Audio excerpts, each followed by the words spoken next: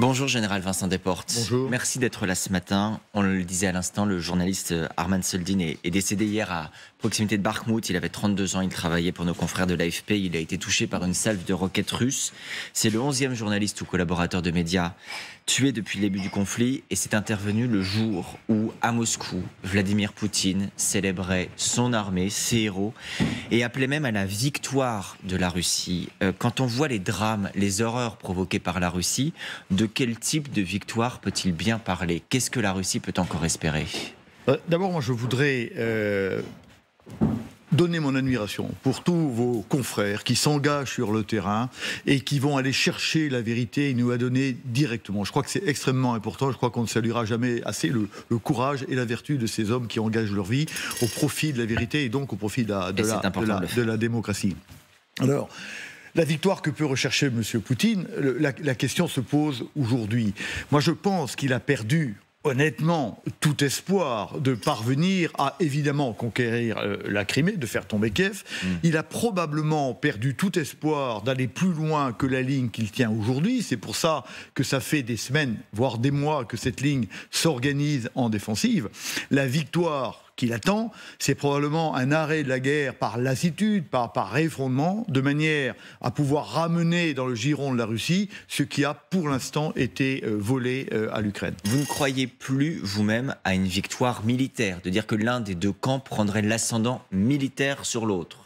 Alors, moi, je crois que l'ascendant militaire des deux côtés, ce sera compliqué. Ce qui ne veut pas dire que l'un ne va pas gagner. Il est tout à fait possible que personne ne gagne et qu'on en reste à un statu quo qui est peut-être recherché par le président Poutine à l'égard de ce qui s'est fait en Ossétie, de ce qui s'est fait en Transnistrie, de ce qui s'est fait en Abkhazie, et identique à ce qui existe en Corée depuis 1953. C'est probablement ce qu'il recherche. Je ne crois pas que la Russie puisse gagner. Il est possible, et nous devons l'espérer, que la contre-attaque ukrainienne qu'on attend depuis un certain temps puisse porter ce résultat, mais cette contre-attaque n'obtiendra pas ce résultat par une victoire militaire, mais je dirais par un effondrement psychologique de l'adversaire. Alors effectivement, avant de poursuivre sur la dimension ukrainienne, vous avez raison, il faut souligner ce qui se passe encore en Russie. Hier, c'était assez frappant. Quand on regarde les images du défilé, on n'a pas de parade aérienne, on n'a pas de chars massivement, à l'exception d'un T-34 soviétique qui date grosso modo de la Seconde Guerre mondiale. Ça a fait dire aux Ukrainiens, en particulier au secrétaire général du Conseil de sécurité et de défense, Oleksiy Danilov. Bon, il a souligné que c'était une parade de très courte durée, mais il dit surtout une parade de la couardise et de la peur. Est-ce que c'est ce que vous avez vu également hier? Non, mais ce qu'on a vu très clairement, si vous voulez, c'est que c'est un défilé, une parade de la faiblesse.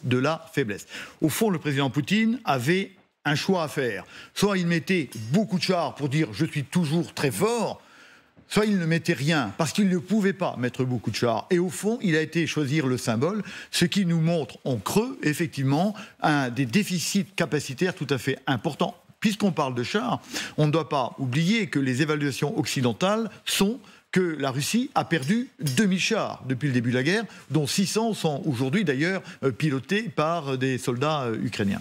Si la victoire n'est pas militaire, il n'y a pas 36 solutions. Vous disiez, il y a l'affaiblissement, l'affaissement de chacun des deux côtés, et puis il y a l'issue diplomatique. Quand on écoutait hier Vladimir Poutine, il a encore une fois accusé les pays occidentaux d'orchestrer une guerre contre la Russie. C'est son idée, bien évidemment loin de la réalité.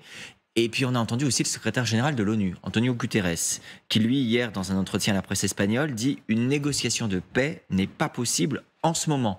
Est-ce qu'on est aujourd'hui, à vos yeux, plus proche de l'escalade ou de la désescalade? Est-ce qu'on est plus proche de la guerre qui se poursuit ou de la paix qui arrive? Alors, je crois, le principe de base, c'est qu'il ne faut jamais poursuivre la guerre sans penser à la paix qui la suivra. Certes, les négociations ne sont pas possibles aujourd'hui, parce qu'aucun des deux camps ne veut négocier, ni Poutine qui croit encore une partie de la victoire possible et qui en tout cas ne veut pas perdre, ni Zelensky qui est quelque part prisonnier du discours qu'il a tenu depuis le début et qui l'oblige à être jusqu'au boutiste. Donc ça n'est pas possible. Je reviens un instant, si vous permettez, sur le défilé pour remarquer que certes il n'y avait pas de chars. Certes, il n'y avait pas d'avion, mais il y avait des armes nucléaires, tactiques et stratégiques en nombre.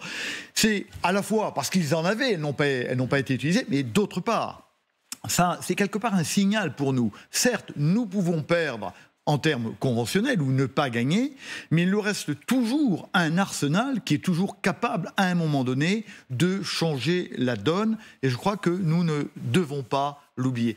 Si vous permettez... C'est une forme de menace qui nous est adressée de votre point de vue alors. En tout cas, c'est un signal. Oui, je n'ai plus de charge, j'ai un pauvre T-34. Mais attendez, j'ai encore 6000 têtes nucléaires qui peuvent donner, ne l'oublions pas, nous restons une grande puissance nucléaire.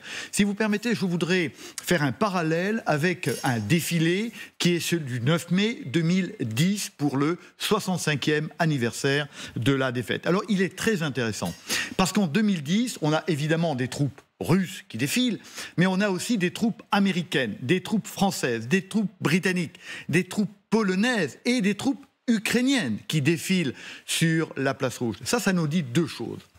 D'une part, que moins de 2 ans après l'attaque ignoble, évidemment, de M. Poutine sur la Géorgie, quelque part, nous lui pardonnons. C'est un peu comme si, en 1938, après 2 ans après l'invasion de la Rhénanie ou la remilitarisation de la Rhénanie par Hitler, nous étions nous-mêmes allés défiler à Berlin. Et quelque part, on lui a montré notre faiblesse et il l'a compris. D'autre part... Donc on a commis une erreur à cette époque. Moi je pense, si vous voulez. On a bien vu, si vous voulez, il y a eu des signes de M. Poutine qu'on n'a pas voulu voir ou qu'on a laissé passer. Et ça fait un moment que nous ne sommes pas fermes. Le deuxième signal de cette parade de 2010, multinationale avec tout l'Occident sur la place rouge, c'est que l'histoire n'était pas écrite à ce moment-là. Et donc, on ne peut pas ne pas se poser la question, qu'est-ce qu'on a raté pour transformer cette situation qui était encore pleine de diverses possibilités, pour la transformer en une guerre? C'est la même question qu'en 1929, ou en 1928, ou en 1930, où nous étions amis avec l'Allemagne. Qu'est-ce qu'on a fait, nous, Occident, pour amener cette guerre terrible en 1940? Donc le parallèle est tout à fait intéressant. C'est intéressant ce que vous dites parce que, y compris dans cette guerre, depuis un an, se pose la question aussi de qu'est-ce qu'on fait, avec qui on parle et comment l'on parle. On sait que le président français a souvent été brocardé pour avoir voulu garder un lien, un dialogue avec Vladimir Poutine, même si ça fait des mois qu'ils n'ont pas eu l'occasion de se parler. Il y a la même question qui se pose aujourd'hui autour de la Chine. Peut-elle ou pas jouer le rôle de médiateur? Il y a le ministre des Affaires étrangères chinois qui est en tournée en Europe, avec plusieurs étapes, l'Allemagne, la France, la Norvège, tout au long de cette semaine. Hier, il était en Allemagne et la ministre des Affaires étrangères allemande a été très critique et dit la neutralité, ce qui est de son point de vue la position chinoise, la neutralité revient à se mettre du côté de l'agresseur.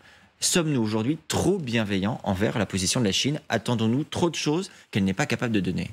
Écoutez, moi je crois que dans cette affaire-là, à un moment donné, il faut chercher par tous les moyens à sortir de la guerre. Pas à tout prix, mais par tous les moyens. Ce que je veux dire donc, c'est que quand il y a des bonnes volontés qui se présentent, on aurait parfaitement tort de les rejeter. On sait bien que la volonté de la Chine, c'est de former une alliance avec la Russie, qui est déjà faite d'ailleurs, pour s'opposer au camp occidental. N'y a-t-il pas là un moyen, en travaillant avec la Chine, sans méconnaître évidemment ses visées profondes, d'aller trouver une nouvelle façon, d'une part de construire la paix, peut-être, et peut-être de construire le monde de demain. Il faudra bien, à un moment donné, que l'Occident, qui n'a plus la puissance qu'il avait quand il a construit le monde que nous connaissons, prenne en compte cette baisse de puissance et aille travailler avec les puissances montantes pour établir un nouvel ordre mondial. Et de toute façon, il faudra le faire à la fin de cette guerre, entre ce qui restera de l'Occident et ce qu'on appelle le Sud global. Et donc, je crois qu'il ne faut ni rejeter les propositions de paix a priori, mais voir ce qu'on peut en faire. Et d'autre part, il faut choisir toute occasion d'aller penser l'avenir au-delà de cette guerre. Pourtant, cet Occident, il a encore, général Vincent Desportes, une capacité d'attraction. Quand on voit l'Union européenne, hier, Volodymyr Zelensky dit il faut se décider à ouvrir les négociations sur l'adhésion de l'Ukraine à l'Union européenne. Le moment est venu, dit-il.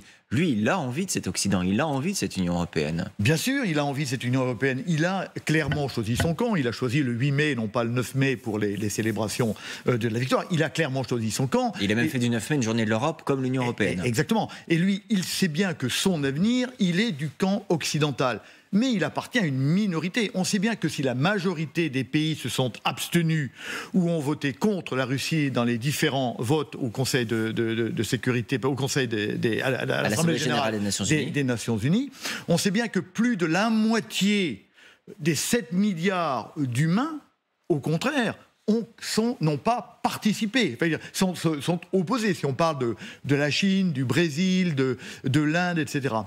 Donc on doit bien comprendre qu'il y a un Occident qui existe, qui doit se défendre et que nous devons défendre parce que c'est important, mais qu'en même temps, cet Occident s'est retréci et qu'on a une autre partie du monde qui n'accepte plus, c'est bien ce que nous dit Poutine d'ailleurs de manière très désagréable hier dans son petit discours de 10 minutes, c'est ce que nous dit la Chine tous les jours, nous n'acceptons plus l'ordre des vainqueurs de 1945. Nous devons le prendre en compte.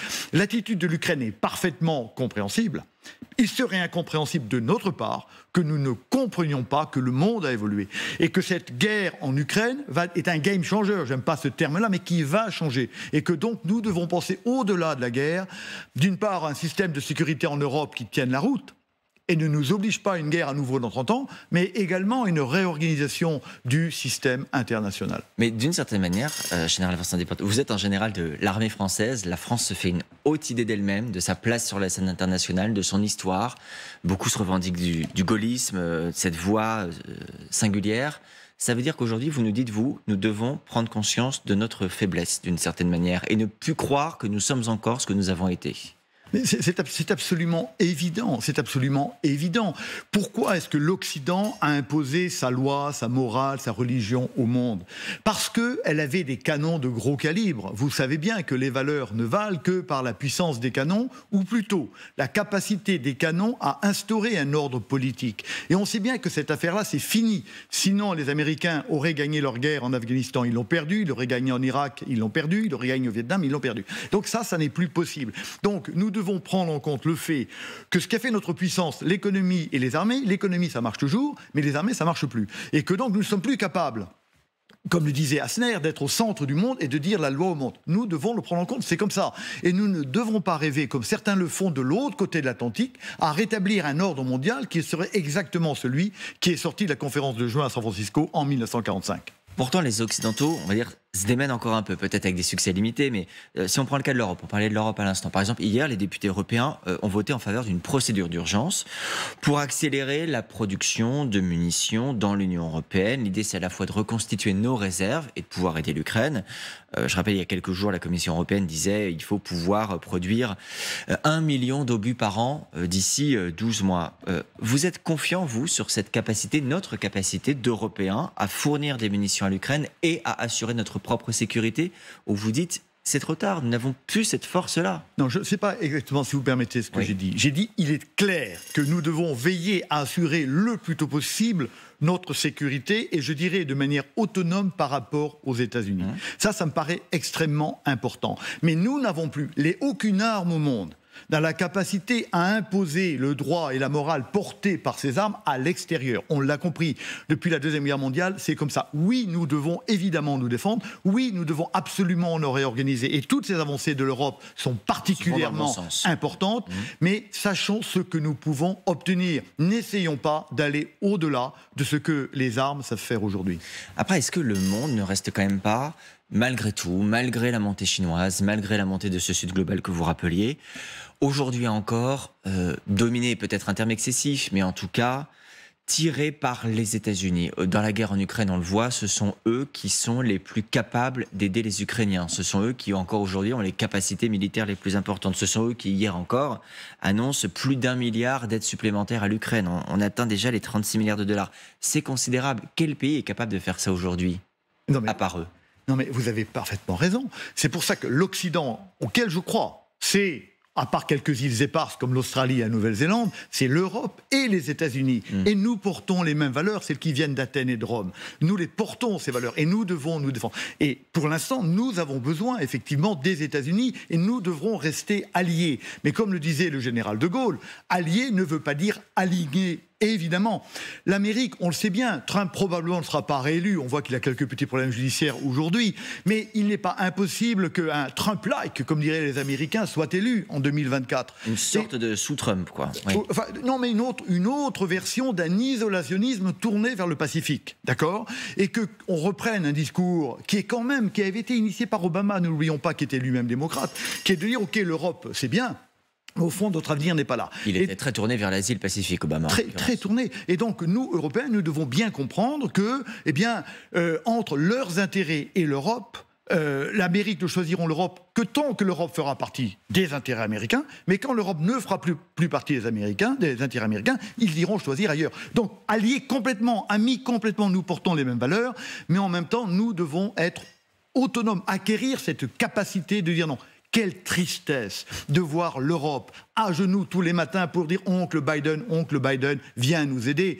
Nous sommes l'Europe, nous sommes le cœur de la civilisation occidentale et nous n'avons pas réussi à acquérir cette maturité géopolitique qui nous serait capable de faire de nous l'acteur géopolitique que nous devons être. Revenons sur le terrain, général Vincent Desportes, avec toujours des points d'interrogation sur la contre-offensive ukrainienne à venir.